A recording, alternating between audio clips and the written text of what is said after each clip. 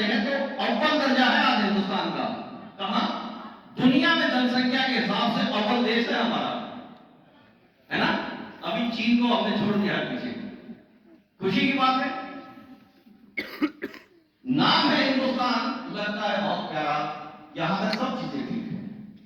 लेकिन जब मैंने वो अखबार के पन्ने पलटे और पढ़ा यूनिसेफ की report world of the child, world of the child के ये बच्चे जहां रह रहे हैं ना, वो किस परिस्थिति में रह रहे हैं, उनके हालात क्या हैं, किस देश में रह रहे हैं, उसकी पोजीशन क्या है, ताजा रिपोर्ट जब जानने को मिली तो फिर समझ नहीं आया कि इतना कैसे बिछड़ गए हम।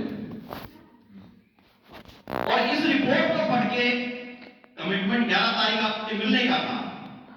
जानने के लिए बात जो सामने आई कि नीदरलैंड, हिंदुस्तान की कंपैरेटिवली पॉपुलेशन को आप देखिए कि कितना सा देश है। नाम तो सुना ही होगा, Netherland, Spain, Japan, Estonia, Finland. इन नाम को सर्वोच्च स्थान मिला है। पहला नंबर है जहां के बच्चे खुशहाल हैं, जहां पे बच्चों के लिए विशेष काम किया जाता है उस मुल्क में, वो पहला देश है नीदरलैंड। फिर है स्पेन, फिर है जापान, फिर है एस्टोनिया और फिर है फिनलैंड। स्कूल के अलावा क्या है ऐसी विशेष बातें, और उसमें आप सोचिएगा कि क्या वो बात है जो हम नहीं कर सकते हैं, यहां संभव है, हमारे लिए असंभव है। स्कूल के अलावा उनकी group activities, club, community participation, हम कहेंगे कि क्लब की कल्चर हमारे यहां नहीं, कम्युनिटी पार्टिसिपेशन ऐसा नहीं है। किसी के मन में ऐसा सवाल तो नहीं आ रहा? आ रहा है? पंचायत घर है ना, वृद्धाश्रम बनाए थे जो देवीलाल जी ने, बिटोड़े हाथ में। अच्छी बात है कि वृद्धों को उस आश्रम की जरूरत ही ना पड़े, लेकिन सोच तो थी ना कि परिवार जब उनको दुत्कार देगा, दुर्भाग्य होगा उस परिवार का, उस बच्चों का जो अपने बुजुर्गों को दुत्कार देगा। सरकार तो बंदोबस्त तो करेगी, बच्चों की परियोजनाएं हैं, बुजुर्गों की परियोजनाएं हैं, महिलाओं की परियोजनाएं हैं, लेकिन सोचिए कि कम्युनिटी पार्टिसिपेशन का मतलब ये है कि हमारे अड़ोस पड़ोस के समूह में बच्चे हमारे जाएं, वहां पार्टिसिपेट करें, लेकिन एक्स्ट्रा कॉन्शियस रहने की जरूरत है, अलर्ट रहने की जरूरत है। समा बदल रहा है। आज का अखबार किस किसने पढ़ा है सुबह का? मैं तो पढ़ गया। दुखद खबर पढ़ी है, और दुखद खबर प्रतिदिन पढ़ते हैं। हरियाणा के एक जिले में, एक गांव में, एक स्कूल में, आप पढ़ोगे आपको सारी चीज विस्तृत से मिलेंगी, लेकिन मैं फिर भी नहीं कहूंगा। साइकोलॉजी काउंसलिंग सेशंस का मोटिव ये है कि सब कुछ गोपनीय रहेगा, लेकिन साझा तो करना पड़ेगा। हम जान कैसे पाएंगे? 7वीं कक्षा की एक बच्ची के साथ उस स्कूल के चपरासी ने सेक्स एब्यूज किया। यू जस्ट इमेजिन 11 साल का बच्चा क्या होता है। प्रिंसिपल को जब रिपोर्ट की तो प्रिंसिपल ने कहा कि नहीं तो स्कूल से निकाल दिया।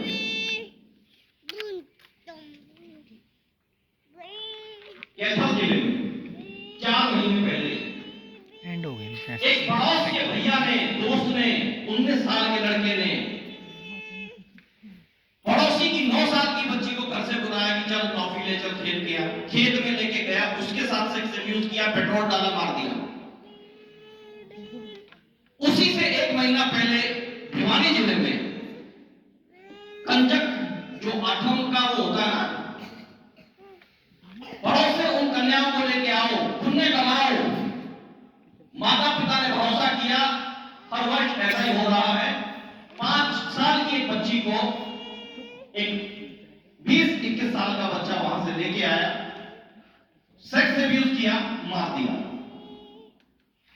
हम हमारे समाज की बात कर रहे हैं। हम यूं ही खुश रहे, सब कुछ ठीक है, बढ़िया है, नहीं। लेकिन इसका मतलब ये नहीं है कि हम एक दूसरे पे शंका करें। इसका मतलब ये है कि हम अतिरिक्त जागरूक हो जाएं। क्या अभाव है? आपका बच्चा घर से बाहर ज्यादा क्यों रहता है, आपको पता है, लेकिन आप अपने प्रति ईमानदार नहीं है। मेरा बच्चा अगर 55 गेट से बाहर जा रहा है तो मुझे मालूम होना चाहिए कि बच्चा कहां जा रहा है, किसके पास जा रहा है, क्या कर रहा है। हम गुणवत्तापूर्ण समय नहीं देते हैं। जो नीरज जी ने कहा था कि 20 20 मिनट तो उन्होंने डरते डरते ये कहा कि भाई इतना समय तो दे दो कम से कम, क्योंकि एवरेज टाइमिंग 15 मिनट एक फादर के मामले में निकलती है, जो कहते हैं जी 15 मिनट में देता हूं, और 15 मिनट में जो क्वालिटेटिव टाइम की बात करते हैं, गुणवत्तापूर्ण समय की बात करते हैं, मात्र 3 मिनट निकलते हैं। 12 मिनट में तो सिर्फ ये कहता है कि क्या था, कहां था सारा दिन, पढ़ लिया कर, तेरे मास्टर जी मिले थे, शिकायत कर रहे थे, इसी को शिकायत में निकल जाती है। आप में से वो खुशकिस्मत माता पिता हैं जो रोजाना ऐसे जकड़ लेते हैं बच्चों को, पकड़ लिया, आलिंगन में ले लिया, आई लव यू। यहां तो डर जाते, पड़ोसी ने सुन लिया तो क्या हो जाएगा, बम गिर जाएगा। गुनाह कर दिया आपने, मतलब आई लव यू का मतलब गुनाह हो गया, और डरते किससे हैं, पड़ोसी से। क्यों, किस लिए, क्या कहा आपने ऐसा? घृणा करो, नफरत करो, मार के आ जाओ, सिर फोड़ दो, शाबाश, पड़ोसी भी कहेगा बहुत बढ़िया। कैसा है? ऐसा नहीं, हम खुद से डरे हुए हैं। यहां कोई महिला है, मुझे सुंदर लगती है, मैं कहता हूं बहुत सुंदर, शाबाश, बहुत अच्छा लगा आपसे मिलकर।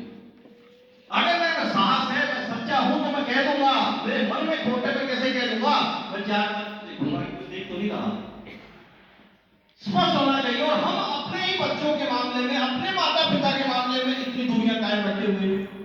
इन दूरियों को पाटना पड़ेगा, जो जनरेशन ब्रिज बनाना पड़ेगा। अभी 3 पीढ़ियां जो है ना उनमें खाई पड़ रही है। सोचना पड़ेगा, हमें बहुत नजदीक से सोचना पड़ेगा।